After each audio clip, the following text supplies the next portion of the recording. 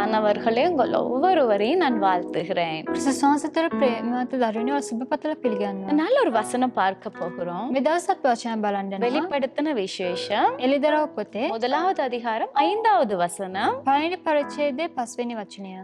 உண்மையுள்ள சாட்சியும் மரித்தோரிலிருந்து முதற் பிறந்தவரும் பூமியின் ராஜாக்களுக்கு அதிபதியுமாகிய இயேசு கிறிஸ்துவினாலும் உங்களுக்கு கிருபையும் சமாதானமும் உண்டாதாக. විශ්වාස සාක්ෂිකාර වූ මලවුන්ගේ නැගිටු කුළුඳුලා වූ පොළොවේ රජුන්ගේ අධිපතියා වූ යේසුස් ක්‍රිස්තුස් වහන්සේගෙන්ද නුඹලාට කරුණාවත් සමාදානයක් වෙත්වා. இந்த இடத்துல கர்த்தர் யாருன்னு பாக்குறோம்னா, මේ ස්ථානයේ උන්වහන්සේ කවුද කියලා බලන්න அவர் විට மரித்தோரிலிருந்து முதற் பிறந்தவர் அப்படின்னு சொல்லப்பட்டிருக்கு. උන්වහන්සේ මලවුන්ගේ නැගිට කුළුඳුලා වූ කියලා කියනවා. அப்ப அவர் மரித்தோரிலிருந்து எழுந்துட்டாரு, உயிர்த்தெழுந்துட்டாரு. උන්වහන්සේ මැරුණයින් පසු නැවත උත්ථාන වුණා.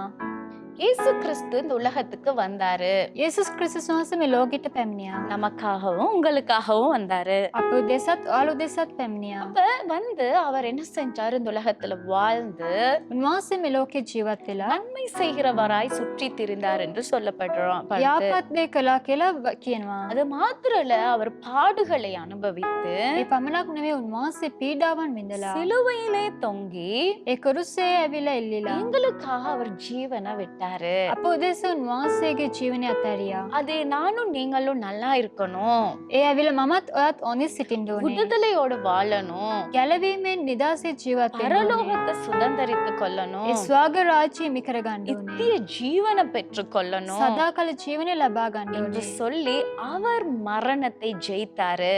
ඒ උදෙස උන්වහන්සේ මරණය ජයගත්තා. அவர் இறந்த 3ஆம் நாள் உயிரோடு எழும்பி ஜீவிக்கிறாரு. උන්වහන්සේ මේ කියලා දවස් 3කින් උන්වහන්සේ නැවත அப்ப නැගිටලා ජීවත් அந்த වුණා. சாத்தானை ஜெயித்தாரு, ඒ අක්ෂයාගේ ජයගත්තා. பாதாளத்தை ஜெயித்தாரு. ඒ පාතාලයෙන් උන්වහන්සේ ජයගත්තා. மரணம் அவரை சேதப்படுத்த முடியல, மரணத்தை ஜெயித்தாரு. මරණය ඇවිල්ලා උන්වහන්සේට ළඟ වෙන්න බෑ. උන්වහන්සේ මරණය තුලින් උන්වහන්සේ ජය ලබා அப்ப ගත්තා. இன்னைக்கு நாங்கள் அப்படிப்பட்ட தேவனை நாங்கள் ஆராதிக்கிறோம். ඉතින් මේ දවසේ එවැනි දෙවියන් මතන අපි නමස්කාර இன்னைக்கு உங்க කරනවා. வாழ்க்கையில මේ දවස්වලගේ எனக்கு ජීවිතේ எழும்பவே முடியல, මට නැගිටින්නම බැහැ. செத்து போன நிலைமையில இருக்குது මිය ගියා වූ ඒ වාතාවරණය තුළ මම என்று සිටිනවා. சொல்லி நீங்க யோசிச்சுட்டு இருக்கிறீங்களா? ඔයාලා සිතන්න පුළුවන්. இன்னைக்கு உங்க சரீரம் செத்து போனத போல இருக்கலாம், ඔයාගේ ශරීරයේ මිය ගියා වගේ තිබෙන්න இல்லைன்னா පුළුවන්. கொஞ்ச நாள்ல நீங்க செத்துருவீங்கன்னு வைத்தியர்களால் உங்களுக்கு சொல்லப்பட்டிருக்கலாம், නැත්නම් ටික දවසකින් ඔයා මිය යයි කියලා වෛද්‍යවරුන් කියන්න පුළුවන්. இல்லைன்னா உங்களோட வாழ்க்கையை செத்து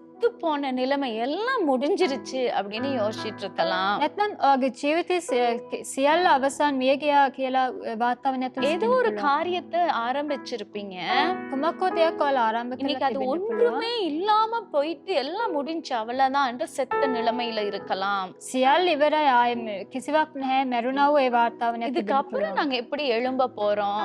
මේකෙන් පස්සේ කොහොමද என் නැගිටින්නේ? வாழ்க்கையில நான் எப்படி எழும்ப போறேன்? මගේ ජීවිතේ මම කොහොමද නැගිටින්නේ? இந்த காரியத்துல எப்படி நான் அடுத்த காரியத்துக்கு முன்னேற போறேன் මේ දේ මම කොහොමද ඊළඟ පියවරින් මම ජය ලබා ගන්න என்று යන්නේ? சொல்லி யோசிக்கிட்டு பார்த்துட்டு இருக்கீங்களா? ඔයාලා එලි සිතනවාද? அவர் மரித்தோரிலிருந்து முதல் உயிரோடு எழுந்த தேவனாய் இருக்கிறார். උන්වහන්සේ මිය ගියා වූ ඒ කාර්යය තුළින් උන්වහන්සේ නැවත නැගිට්ටා. அப்ப அந்த தேவன் இன்னைக்கு உங்களை பார்த்து சொல்லுகிறார், ඒ දෙවිතුන් මේ දවස් ඔයාලා දෙස බලලා කියනවා. நான் உங்களை மறுபடி உயிர்ப்பித்து எழுப்புவேன் என்று கர்த்தர் சொல்லுகிறார். නැවත මම ඔයාලව නැගිට්ටනවා කියලා උන්වහන්සේ எந்த කියනවා. நிலைமையில நீங்க பார்த்துட்டு இருந்தாலும் මොන වාතාවරණයක් තුළ ඔයාලා බැලුවා? இன்னைக்கு கர்த்தர் சமூகத்துல நீங்க முழங்கால் போடுங்க, උන්වහන්සේගේ අභිමුඛය තුළ ඔයාලා දනින්න. மறுபடியும் எழுந்து நிற்கும்படி செய்யுங்க, නැවත නැගිටින පිණිස කරන්න. உயிர்ப்பித்து என்னை நடத்துங்க නැගිට්ටලා ඔබ වහන්සේ මා මඟ என்று පෙන්වන්න. சொல்லி கர்த்தர்ட்ட ஒப்பு கொடுங்க.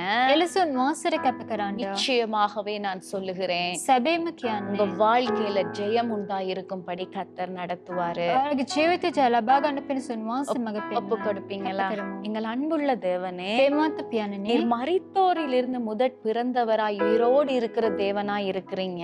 ඔබ වහන්සේ ඇවිල්ලා මිය ගියා අය තුලින් ඔබ වහන්සේ නැවත නැගිටිනවා අය ලෙස සිටිනවා. கர்த்தாவே, இந்த நாட்கள்ல யாரெல்லாம் அப்பா நான் செத்த நிலைமையில எல்லாம் முடிந்து போன நிலைமையில இருக்கிறேன் என்று பார்த்து கொண்டிருக்காங்களோ, මේ දවසේ කවුරු මිය ගියා වාතාවරණයක් තුළ ඉන්නවා සියල්ල ඉවරයිනේ කියලා බලනවාද? Father. அப்பா அவர்களுக்குள்ள உமது உயிர்த்தெழுதலின் வல்லமை கடந்து வருவதாக.